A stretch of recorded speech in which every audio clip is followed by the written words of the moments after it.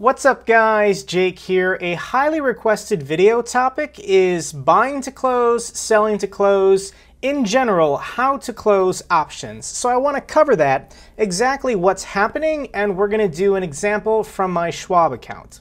So here's the grid, whether you're buying calls or buying puts, selling calls, selling puts, are you bearish or bullish on a stock? And I feel like the buy side, people get it. When you buy something, stock or bonds or whatever, you buy it for one price and hopefully it goes up in price and then you sell it. You sell it for a profit. This is easy to understand. What trips people up is the other side. How can you sell something that you don't have? How do you sell something to enter a position? So let's just talk about it first from the open side, because for every contract, you're either going to open it or close it or let it expire. So if you're buying to open, you're a buyer of a put or buyer of a call, you need to pair up with somebody on an option chain. You have to look at the bid-ask price. Remember, buyers are bidding, sellers are asking. The difference is the spread. So if you're buying to open, you have to find somebody on the other side selling to open. It's always a one-for-one. And the buyer pays the premium to the seller. The seller is getting paid. However, the seller is the one writing a contract. They're generating it from nothing. So a contract is going from the seller to the buyer in this exchange. So in your brokerage account, if you sold to open, you're going to have a -1 value. And if you bought to open, then you have a +1 value. This makes sense, same as buying a stock or whatever. So let's go through all the scenarios how this can play out for the buyer and the seller. Scenario 1 is you let the contract expire out of the money, and both the buyer and the seller are seeing the exact same thing. They know the contract is going to expire out of the money, expire worthless. So how does this play out? At expiration dates, you lose the contract, you go back to zero, you reset. And the buyer has nothing. They're the ones that assumed all the risk and it didn't pay off.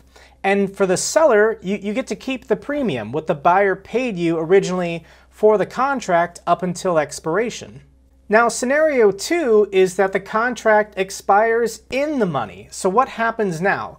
Well, if you're the seller and you sold a covered call, then the buyer is going to pay you the strike price for your stock, and you have to give it up. You have to hand over your 100 shares of stock per contract, but you're paid the strike price. You still get to keep the premium.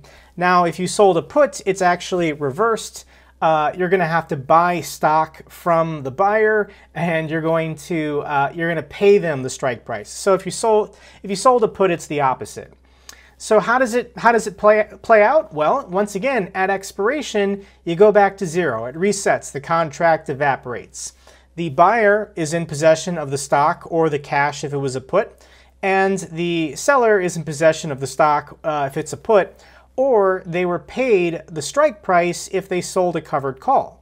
Now, before we proceed to the next scenario, I want to just say, do not let this happen. If you're a seller and you want to let the contract expire in the money, that's fine if you're comfortable losing your stock or buying stock. But if you're the buyer, do not let your contracts expire in the money. The reason why is because very strange things start happening in your brokerage account when all of a sudden you need to come up with $30,000 to buy 100 shares of a stock worth $300 a share.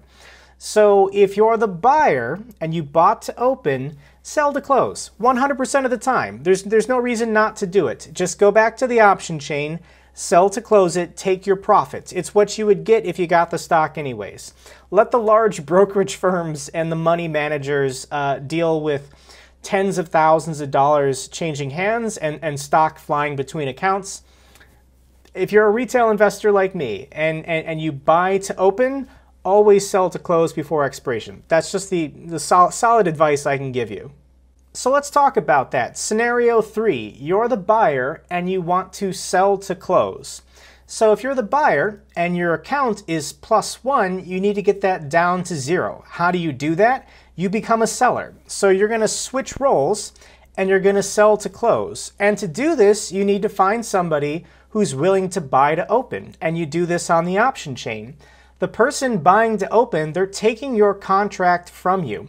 They're paying you a premium and you're giving up your contract. Now, ideally, you're being paid a higher premium than you paid. So that's how you make a profit when buying puts or buying calls.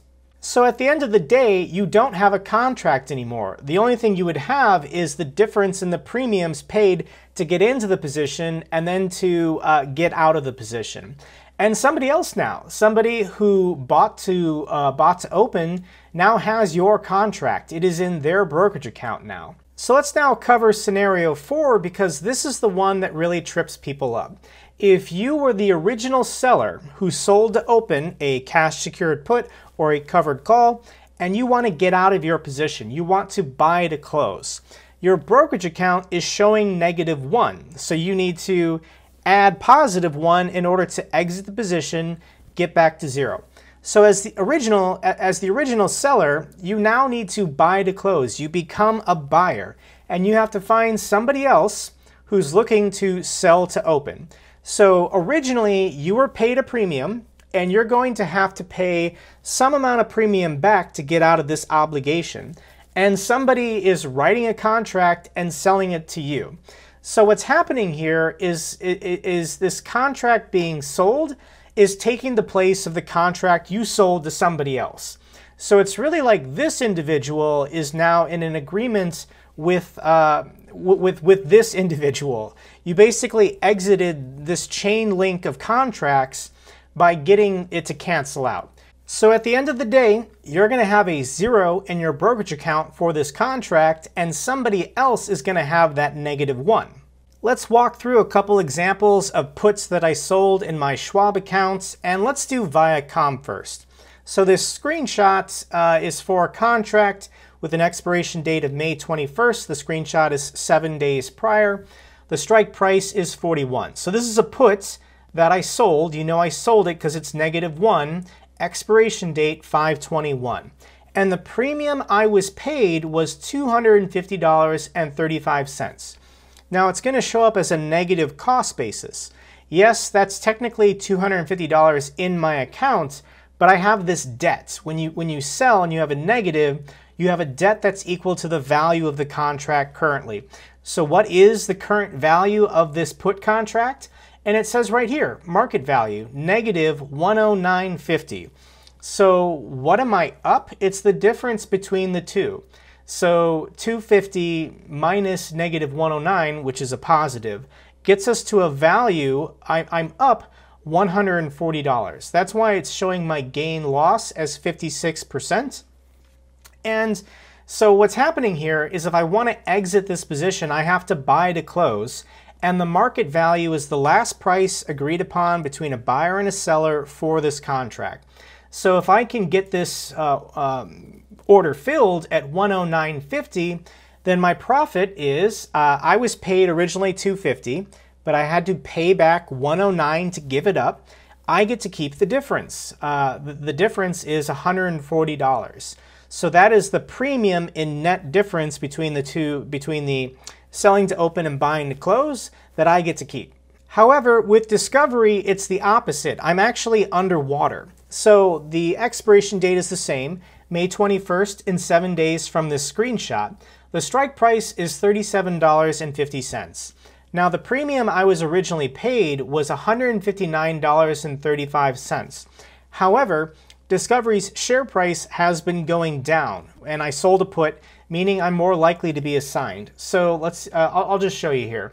So the current price of Discovery is $34.07, and my strike price is $37.50. So it's way below the strike price. I'm going to be assigned when this expires on May 21st. However, let's say I don't want to be assigned. I don't want to pay $3,750 to buy 100 shares of Discovery. If that's the case, then I need to buy to close this put that I sold, and I'm going to have to pay the current market value of this contract. The current market value is $360. So I was paid $159, and to buy to close, to get out of this obligation, I need to pay $360. So if I did this, I would lose $200.65. Now, is that something I want to do? No. If you watch some of my other videos on options trading strategy, I'm going to run the wheel on this stock, so I'm perfectly comfortable being assigned, having to buy the stock. I'm then going to sell covered calls against it in order to collect more premium and eventually get out of this position. Okay guys, that was just a quick video to just walk you through the buy to close, sell to close terminology. And for the sell side, just remember that you're writing a contract, you're giving away something, and you have to buy it back if you want out of that obligation. The obligation to sell stock or buy stock at whatever the agreed upon strike price for your contract was. Okay guys, if you enjoyed this video, give me a thumbs up so the algorithm knows it's good. In addition, check out that entire playlist I've made on trading options. There's some good videos in there. If you have any comments or questions, let me know down below. I will help you, as always, if I can. Till the next video, take care.